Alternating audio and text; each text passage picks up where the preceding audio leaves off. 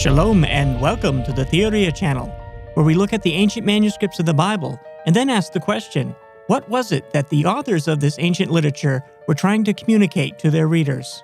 Here is a fragment of one of the Dead Sea Scrolls. It is the oldest manuscript that has at least a portion of the verse that we're going to look at in this video, and that is a portion of dialogue spoken by the character of Rahab in Joshua chapter 2, verse 11.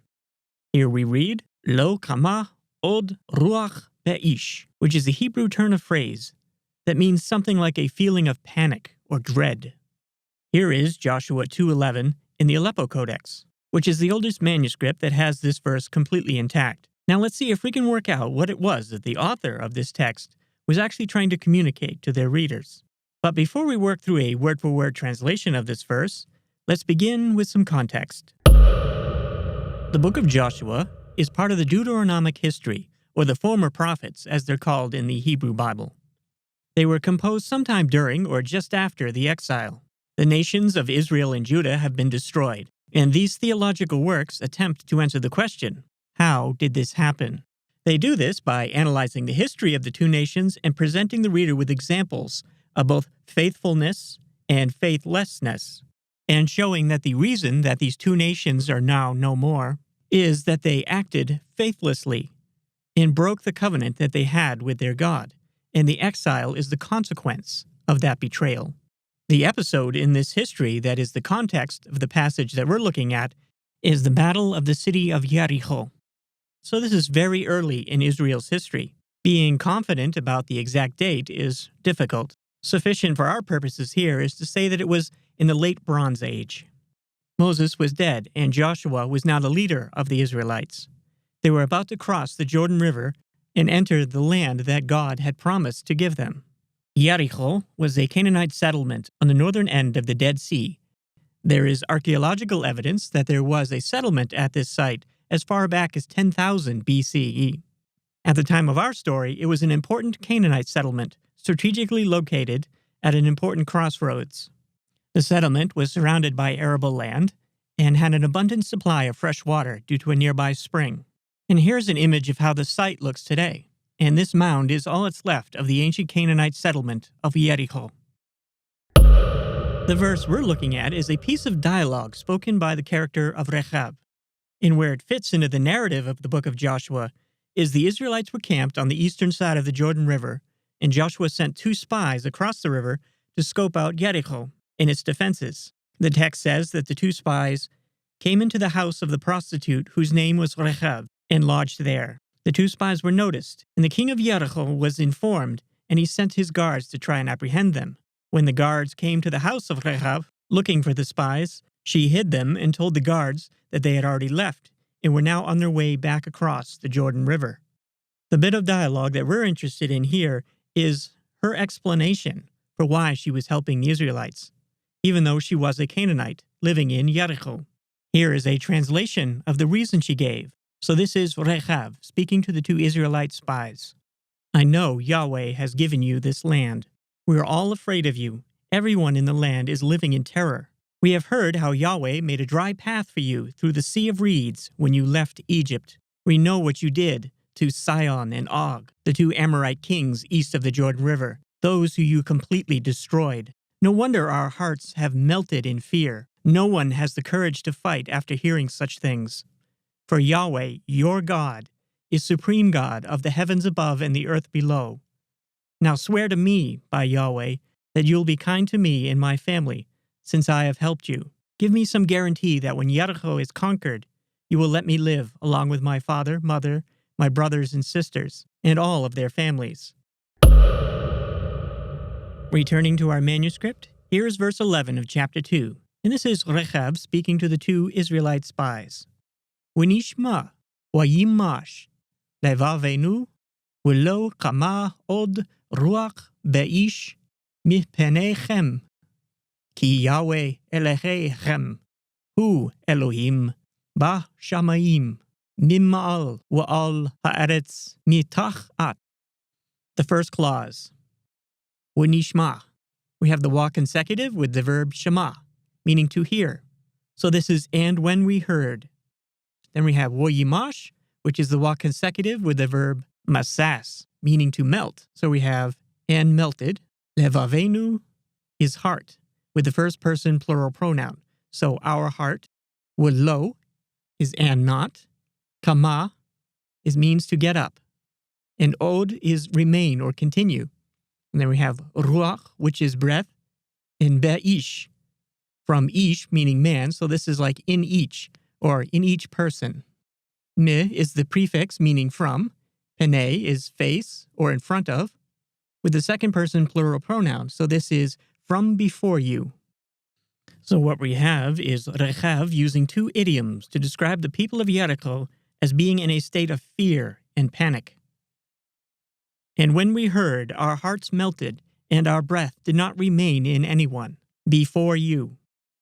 Now the second clause, ki, is because, then we have Yahweh, and Exegeting is Elohim, God, with the second person plural pronoun. So because Yahweh, your God. Who is he, and Elohim is God. Bashamayim is in the skies. In Mimma'al is from above. Wa'al is and on. Ha'eretz is the land. Mitachat is from below. So putting this all together, we have because Yahweh, your God, he is a God in the skies from above and on the land from below. So here Rahab is using another idiom. The idea of speaking of things from the heavens above to the earth below is just a way of saying everything. In English, we have a number of idioms that function the same way, meaning everything. So what Rahab is saying here is that the people of Jericho have heard about all the things that Yahweh has done for the Israelites. This put them in a state of fear and panic.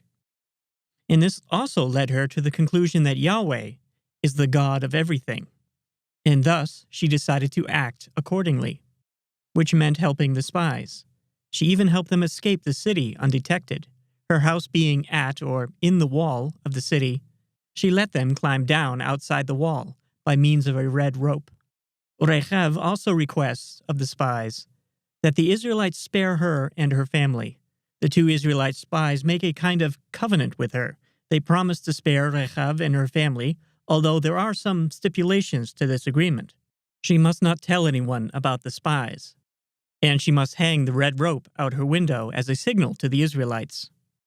And she must keep all those that she wishes to save inside her house when the battle happens. She agreed and did exactly that. She showed her faithfulness by keeping this agreement. Now, the main way that the author of the Deuteronomic history makes their theological point is by contrasting characters in the story. So let's start with Rahab. She is a Canaanite. Thus, she is under the judgment of God. God told Abraham centuries ago that he was going to give this land to his descendants, but it wasn't time yet. Now, after a few hundred years, it's time. God is taking the land from the Canaanites and giving it to the Israelites. She is also of the city of Jericho. The instructions God gave to Joshua and the Israelites regarding Jericho was that it was to be haram, which is often translated under the ban or dedicated to destruction. And it simply means that there was to be no prisoners, no plunder, and everything and everyone in the city was to be burned. And she was a tzona, a prostitute. And she had faith. She heard the stories about Yahweh and believed them, and then acted accordingly. Now Rahab is contrasted with an Israelite man named Achan. He was of the tribe of Judah, and he betrayed Yahweh by disobeying the command that Jericho was haram. After the battle, he took some plunder for himself from the city. In doing so, he brought the curse that was on Jericho onto himself and his family. So God saw Rahab's faith, thus God saw her as an Israelite and as one of his people. And conversely, God saw Achan's unfaithfulness and saw him as a Canaanite. So essentially, these two switched places. Rahab and her family became part of God's people, Israel, with Rahab even marrying into the tribe of Judah. And Achan and his family suffered the same fate as the people of the city of Jericho. All that was left of them and everything they owned was a pile of stones and ashes. So the point the author of the book of Joshua is making with this story is that they are telling the reader that the reason that the city of Jerusalem and the temple were reduced to a pile of stones and ashes, and they were removed from the land, was that they are like Achan.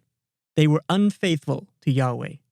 And just like God used their ancestors to drive out the Canaanites from the land, God used the Babylonians to drive them out. To get the point of the story, you need to realize, as the reader, you are the Canaanites. You are Achan, and Rahab is what you should have been. Throughout the Hebrew Bible, the unfaithfulness of the people of Israel and Judah is likened to the behavior of a prostitute. Well, here is an actual prostitute, and a Canaanite no less. The story of Rahab is meant to convict the reader of their unfaithfulness by pointing out that in comparison to her, you really have no excuse. The legacy of Rahab goes well beyond the circumstances of the story of the book of Joshua. Her great-great-grandson was none other than King David, and thus she is mentioned in the lineage of Jesus. In the New Testament, the epistles of Hebrews and James hold Rahab's story up as an example of what faith is. In the epistle of James, Rahab, along with Abraham, is used as examples to show that faith, by definition, includes the behaviors that result from correct beliefs. Rahab's faith is the fact that she believed the stories that she heard about Yahweh, and that she then acted in accordance with that belief. She realized she was on the side of the Canaanites, so she wanted to switch sides. And she did. Abraham believed God, and that was counted to him as righteousness, and he was called a friend of God. You see that a person is justified by deeds and not by belief alone. In the same way, was not also Rahab the prostitute justified by deeds when she received the messengers and sent them out by another way? For as the body apart from the breath is dead, so also faith apart from deeds is dead. James here is using the analogy that in order for a person to be alive, one must have both a body and be breathing. If you only have one of these elements, well, then you have a dead person. Likewise, pistos chores egon necra esten. Faith without deeds is dead. Now, there's so much more that can be said about the story of Rahab in the Battle of Jericho. But for us, the story of Rahab can be a reminder of the simplicity of saving faith. And even expounding on it as much as I have here almost feels a little condescending, a beating of the proverbial dead horse. I think sometimes people of faith can get a little pedantic about our explanations of what exactly faith is.